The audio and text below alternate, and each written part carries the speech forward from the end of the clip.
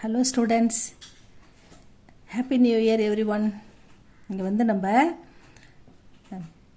KV Hindi மட்டும் படிக்கிற KV ஸ்டூடெண்ட்ஸுக்கு தமிழில் பிரவேசிகா ஹிந்தி எக்ஸாமில் அவங்களுக்கு ஈஸி லாங்குவேஜ்னு ஒரு தமிழ் பேப்பர் வருது.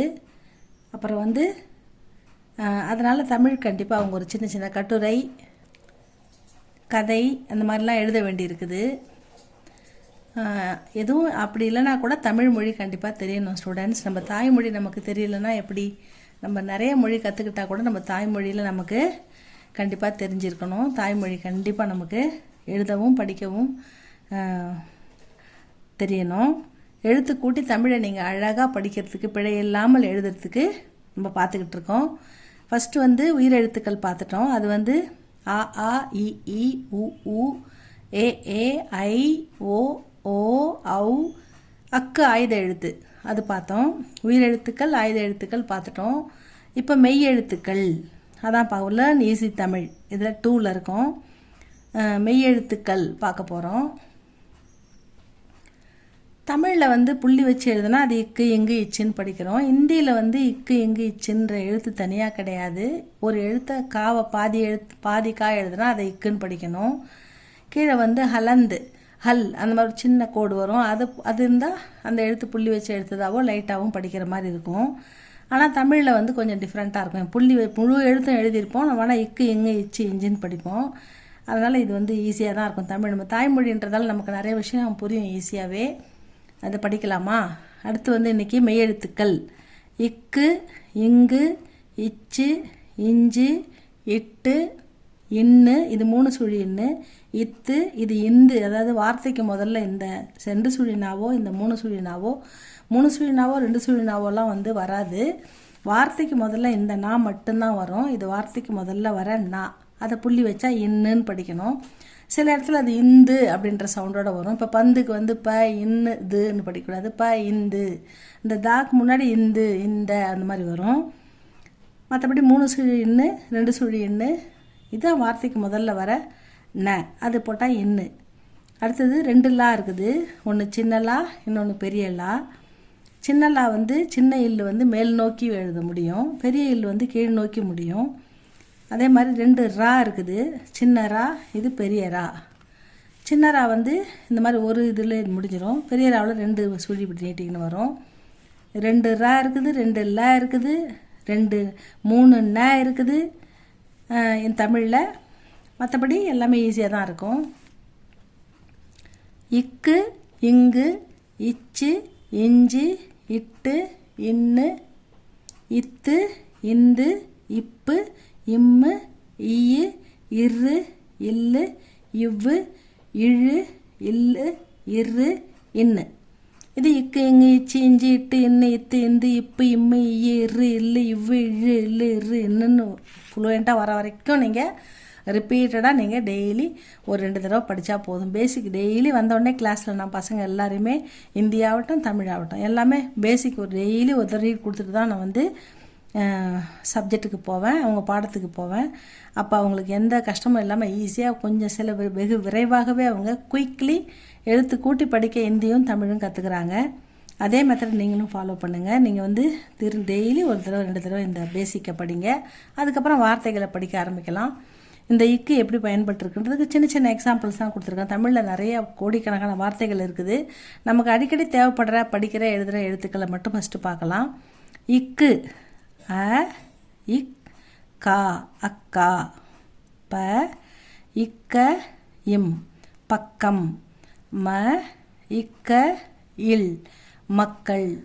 இங்கு ச இங்கு சங்கு. நு இங்கு நுங்கு. ப இங்கு பங்கு. இச்சு ப இச்சை பச்சை. அ இச்சையும் அச்சம். மொ இச்சை மொச்சை. இஞ்சு வி இங் ஞா நி விஞ்ஞானி. அ இன் ஜ இல் அஞ்சல். ம இன் ஜ இல் மஞ்சள். அடுத்தது இட்டு. இட்டு ப இட்ட இம் பட்டம். க இட் ட இம் கட்டம். வ இட் ட இம் வட்டம். முதல்ல வந்து ப இட் ட இம் அப்படி படிச்சது. அப்புறம் ப இட் ட இம் பட்டம், ப இட் ட இம் பட்டம். அந்த மாதிரி சொல்லி சொல்லி பார்க்கணும். ஃப்ளூயண்ட்டாக படிக்க வாயில் ஒரு ஒரு ரைமிங்காக அழகாக வர வரைக்கும், அந்த தடங்கள் எல்லாம் வர வரைக்கும் நம்ம சொல்லி சொல்லி படித்து பார்க்கணும். இங்கிலீஷோ தமிழோ இந்தியோ எல்லாமே அப்படி தான் பண்ணணும். இன்னு ம இன் மண், ப இன் பண், அ இன் ந இன் அண்ணன். இத்து மே இத் தை மெத்தை. ச இத் தி ர இம் சத்திரம். அ இத் தை அத்தை. இந்து ப இந்து பந்து. ச இந்த ந இம் சந்தனம். ப இந்து பந்து, ச இந்த ந இம் சந்தனம். ச இந்தை சந்தை. இப்பு ஆ இப் ப இம் ஆப்பம். ஆ இப்பு ஆப்பு. கா இப்பு காப்பு. சி இப்பு சீப்பு. இம்மு பழையும் பழம், படையும் படம். ஈடையும் இடம், வடையும் வடம். இ நா இ நாய். கா இ காய். பா இ பாய். வா இ வாய். இரு தே இர் தேர்.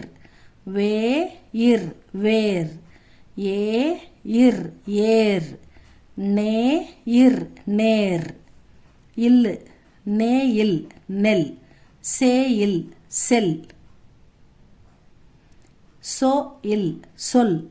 ப இல் பல். அடுத்தது இவ்வு இரு இல்லு இவ்வு. சே இவ் வா இ செவ்வாய். சே இவ் வாழை செவ்வாழை. இந்த இவ்வுன்றது கொஞ்சம் ரேராக வரும். இழு தாழ் தாழ். பாழ் பாழ். கூழ் கூழ். வாழ் இத்து வாழ்த்து. வாழ் இத்து வாழ்த்து. இல்லு பெரிய இல்லு. தே இல் தேல். கே இல் கேள். சொ இர் க இல் சொற்கள். இரு இந்த இரு வந்து இரு இருன்னு வராது. இற்று கா இற்று காற்று. ஊ இற்று ஊற்று. நே இற்றி நெற்றி.